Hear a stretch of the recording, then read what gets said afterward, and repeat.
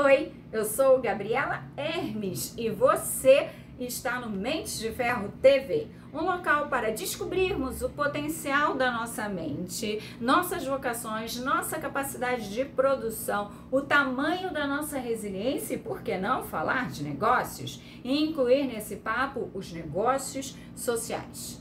Tudo para que você tenha a vida que você deseja. Oi! Olha, é muito importante. Ele vai roubar o microfone, a lapela. Ele vai pensar que é sei lá, um biscoito. Nós vamos falar do criador dos jogos modernos. Hoje nós estamos me incomodando, ele está deixando eu mexer no computador.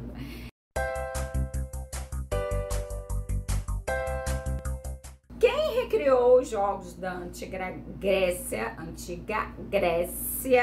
que hoje assistimos? Alguém sabe? Tem um palpite? Acho que eu já falei dele por aqui. Barão de Coubertin, ele nasceu, um parisiense, nasceu em 1863 e faleceu em 1937.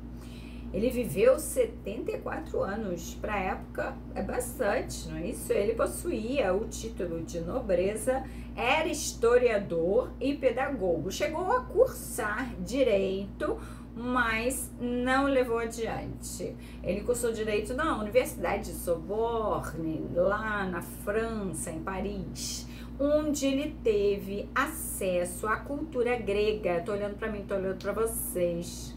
Desculpa, vou olhar para vocês, que vocês é que são as estrelas. Mas enfim, como a gente conversa olho a olho, eu tô com saudade de conversar olho a olho por causa da pandemia, eu tô olhando para o meu olho. Porque aqui eu não consigo, através dessa lente, olhar vocês nos olhos. Mas enfim, vamos lá. Então, o Barão de Coubertin, como eu falei, ele era parisiense e ele pertencia a uma família aristocrática, ou seja, quase ele pertencia à monarquia. Eram próximos, era uma família com muito dinheiro, né? O pai dele era um artista plástico, mas ele usava o lucro dos seus quadros, das suas produções, para doar para os pobres. E a mãe de Pierre de Ferretti, que era o nome dele antes de ganhar o título de nobreza de barão, a mãe de Pierre de Ferretti, ela era uma religiosa, também muito dedicada à caridade. Então a gente pode daí já traçar um perfil genético desta pessoa. Ele pensava nos outros, não é? O pai dele era Fernando III e o título de nobreza foi dado à família por Luís XI, que adotou o nome da cidade de Coubertin, depois de receber a honraria, claro, né? Com 11 anos, o pequeno foi matriculado em um colégio jesuíta e os pais dele achavam que ele seguiria o sacerdócio, mas não seguiu. E ele fazia esportes lá nada convencionais à época. Sabe o que ele praticava? Todo mundo esperava que vai fazer equitação, vai fazer, sei lá o que vai fazer. Enfim, vai fazer boxe, lutar às escondidas, né? Todo adolescente faz essas besteiras assim, de não conversar com os pais. Quem sabe ele conversando, ele não teria convencido os pais, né, de que o boxe era bom para ele, naquele momento. Mas os sonhos dos Jogos Olímpicos, preste atenção agora, ele teve na Inglaterra. Preste atenção que a Inglaterra, lembrem-se que a Inglaterra é o berço do futebol, certo? Foi a nação que criou o jogo de futebol. Ou estou errada?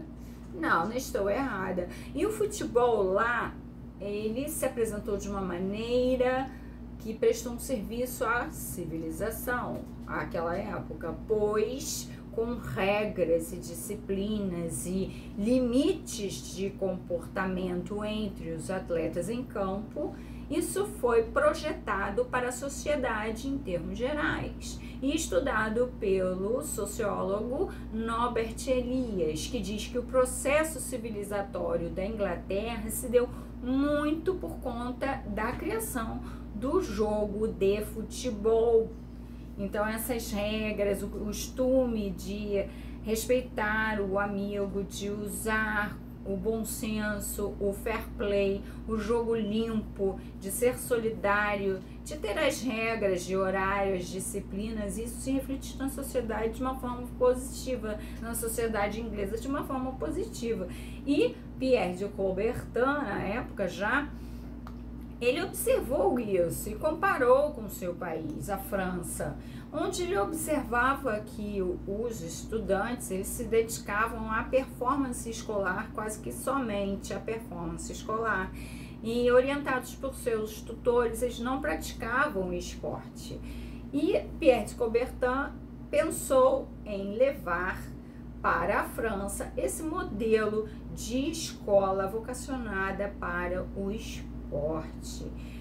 E eles queriam que os estudantes ele queria, né, que os estudantes também aprendessem a ganhar e a perder e absorver isso de uma maneira mais natural, como os ingleses, porque eles estavam inseridos já em um contexto de esporte educacional, unindo a escola à prática esportiva, que era oferecida amplamente dentro das escolas como um método também de aprendizagem, de incentivo à aprendizagem significativa.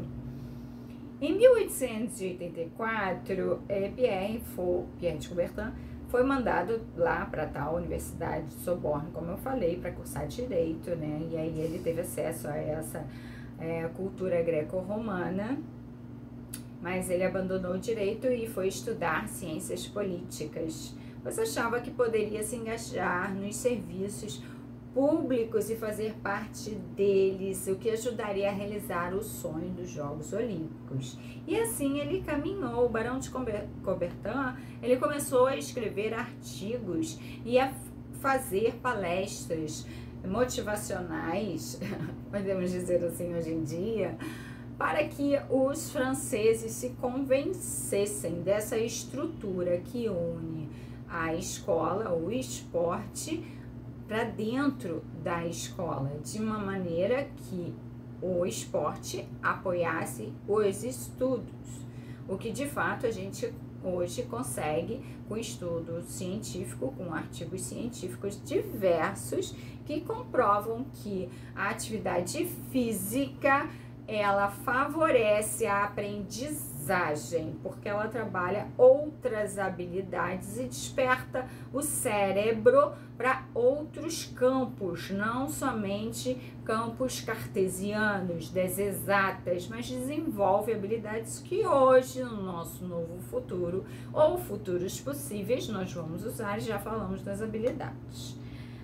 Bom, e aí, a gota d'água para Pierre de Coubertin foram as descobertas arqueológicas de Olímpia, aquela cidade que nós já cansamos de falar aqui.